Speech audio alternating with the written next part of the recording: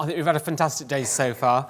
But I'm just going to talk about some of the things that we do in our school and why we do it. The why, a bit philosophical, but, if you said to the students, if you were to pass away, how would you like to be remembered? And, what I'd like to hear is that, actually, they'd like to be remembered as good human beings, as well as everything else, but actually that's the core thing that everybody remembers them for. And when, we've been doing various things around developing loads of diversity around the school, but then also looking at how we tackle extremist radicalisation and through parent workshops, student ambassadors for online, as well as developing into the curriculum. And recently we had a Secretary of State visit to our school, and she was having a conversation with the students. It was actually to visit our school as a Stonewall champion school, and our school is actually 99% Muslim intake in terms of people's religious background, and we're Stonewall champion school, and they wanted to look at, well, how have you achieved that? And it's been through that dialogue, and that's what this programme does. It creates that dialogue for teachers to have with young people. But then also what they actually turned around and said, and I hadn't actually thought of it in that way. They actually said it's empowered them to be able to go home and provided them with the information through the programmes that we deliver, like Since 9/11 and other things, to actually go home and have that discussion, debate with their parents. And that's something that they would never have been confident in, or the parents being confident in having that sort of discussion before. So it's allowed them to have that dialogue at home and really get to know issues and things around that. The other aspect of this, I know Jeremy's presented a little bit there, but teachers have said to us, well, actually, these link straight into our curriculum.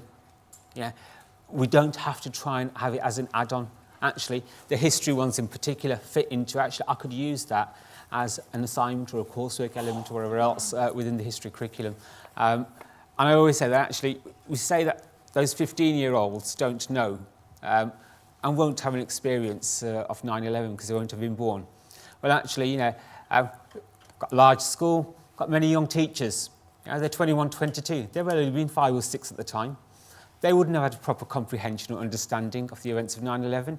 They would have known and grown up in the aftermath of it, but not the actual events and what happened then and how people felt. So for them, it's about empowering those young teachers as well, and actually providing them with the skills and the knowledge through the programme to be able to tackle those sensitive issues. And sometimes they do have that fear of tackling it, and working in Birmingham, we've had Trojan Horse and everything, and I've heard teachers say, well, actually, can we talk about those extremists? Can we talk about that? Oh, when we get monitored, or, the school IT system monitoring, what kids and staff are doing, it'll be an alert on there that you looked at something extremist and stuff. And so, well, actually, this is a DFE approved programme, it's on the Educate Against Hate website. Yes, you can use these materials. It's fine to talk and discuss, because unless you engage with students, you're not going to get to actually help develop their viewpoints. And the key thing I'll say about it is actually yes, it's developing critical thinking skills, but actually what you're really developing is their reasoning skills and learning how to make reasoned judgments. You're actually teaching them wisdom, and how to do it much earlier on, so they make the right decisions as they move forward. And then the other aspect of the programme, it does develop that dialogue, it develops that communication, develops that sense of community as well, and allows students to learn what's common. And if I take the 3 first bits, it actually unites them all, and it brings them together, and that's what we're trying to do with our communities, unite them, by what is common, by allowing them to communicate, and developing that community. And it's almost, you could coin a new term, community, as part of it. And also, it's looking at, there's the natural biological human responses of flight, fight, and fright. Right? Fear is not one of those. Actually, fear, if you look at it in a different way, it's a way of control. That fear of not wanting to do something, and actually through that fear, you're being controlled to not do it. And it could be, as in some of the earlier speeches, about people being targeted with blogs and this and that and everything. And I've had the same. And sometimes people have that fear of, actually, if we do this, we'll get targeted. you know, we don't want that abuse and everything else. Well, actually, you just do what's right for those students and try and do the very best for them. In terms of the curriculum, you know, and delivering the programme, you know, it's breaking down those barriers and breaking down the barriers with the staff. But identifying the curriculum opportunities, you know, get it written to your schemes of work. But we develop it through our form tutor programme, through our PSHE programme, as well as through lessons and have it embedded within lessons. And next year we've actually gone for, you know, you could say radical, but different change to our curriculum, because we don't want to educate them just to get the results, so they're ready for the next stage of the education in terms of going on to further qualifications when they reach age 16 or 18. We want to prepare them for the next stage in their life. And actually trying to prepare them for the next stage in their life and teach them those skills, right? You can't examine all those. So next year, throughout all year groups, we're introducing one lesson a week, and they'll be doing 6 weekly rotations. And it's about life and diversity. Yeah? And this programme will be part of that, as well as cooking skills, financial skills, and, you know, how to make your bed and things like that. But it's just developing those sort of skills that youngsters need when they grow up and go out into the world, that a lot of them tend not to have. You know, they are a lot more spoilt than you know, probably our generation was. But I think they understand that, and they actually want to learn that, and they find that interesting. But it actually brings them together in very different ways, but also provides the opportunity for schools to have greater integration, greater opportunities between themselves, other schools, other areas as well. Opportunities for future development, and that's where there's the case review about schools not integrating, and we should have better integration between communities, and it does provide those opportunities. There are so many opportunities within the programme with the lesson topics and everything else that you could share with other schools. You could have inter-school competitions, getting students from different schools to come along and share their stories. And I know Arya is speaking a little later about a competition winner for one of the stories he wrote as part of the programme. But it does provide those opportunities to actually bring everybody together. And Samita is going to talk to you a little bit about how, from a teacher perspective, how she's delivered the programme, how she's found it, and how students have found it. And don't want to embarrass her too much. I know Samita hadn't been too well the last couple of days, and I did ring her yesterday. Another member of staff had actually rung just to check she was going to be able to make it today. And they said to me, actually, she saw this as the highlight of her career, having this opportunity. And I'm actually so proud that actually, she sees this as such a great opportunity to be able to do something like this. And provide that education to children, because that's what we're there for. We are there to educate, and that's not just about passing them through exams, it's about educating them ready for the future world. And also, finally, I'm just going to read this to you. Some staff have said that I've had an epiphany lately following a serious accident I had, but I'm into writing things. And somebody asked me the question, how would you define love?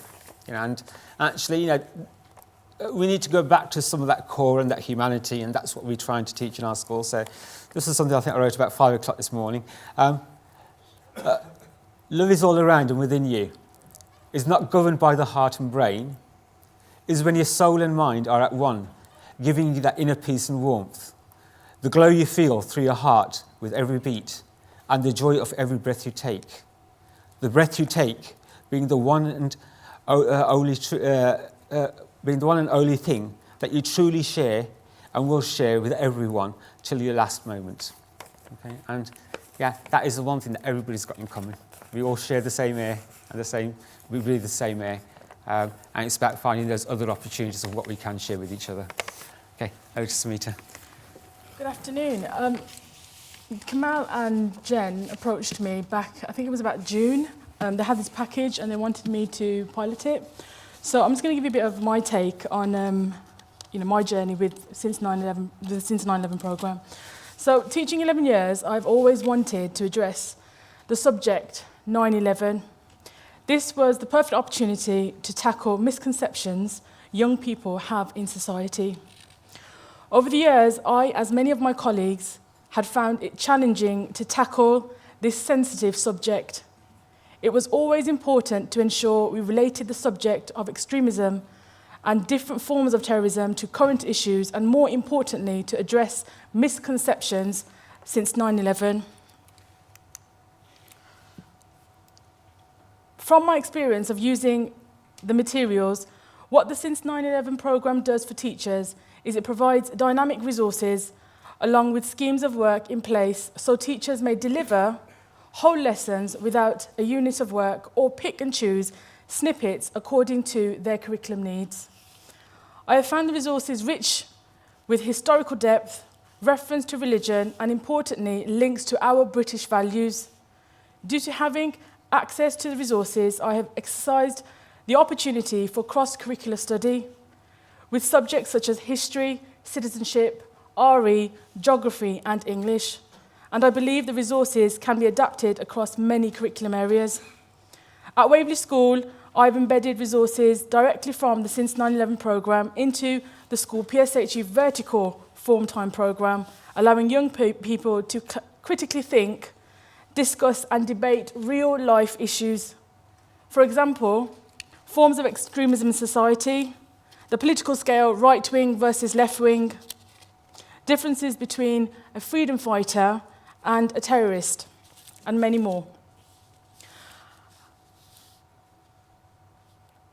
The materials have always been embedded. So since the beginning of receiving the materials, we had a look at it. We looked at what our schemes of work requirements were in terms of the GCSE, and we tried to embed it. Some of them were direct, some of them were changed and tweaked. But we've had the opportunity to embed them within the edXL History GCSE curriculum towards the study of modern warfare, religious education for both AQA and edXL specifications on conflict and suffering and believing in God, and also OCR GCSE citizenship on identity, democracy and justice. So for you teachers out there, you're probably, you're aware of the spec, and you can see how I have been able to easily relate them to the specifications. Having the Since 9/11 resources, teachers, and myself included, feel we have the go-ahead to teach this controversial subject with clarity, because the resources focus on all forms of extremism in a sensitive way, but at the same time enabling pupils to become independent learners and aware of their social surroundings. Questions and scenarios built into the resources challenge pupils to critically analyse different points of view.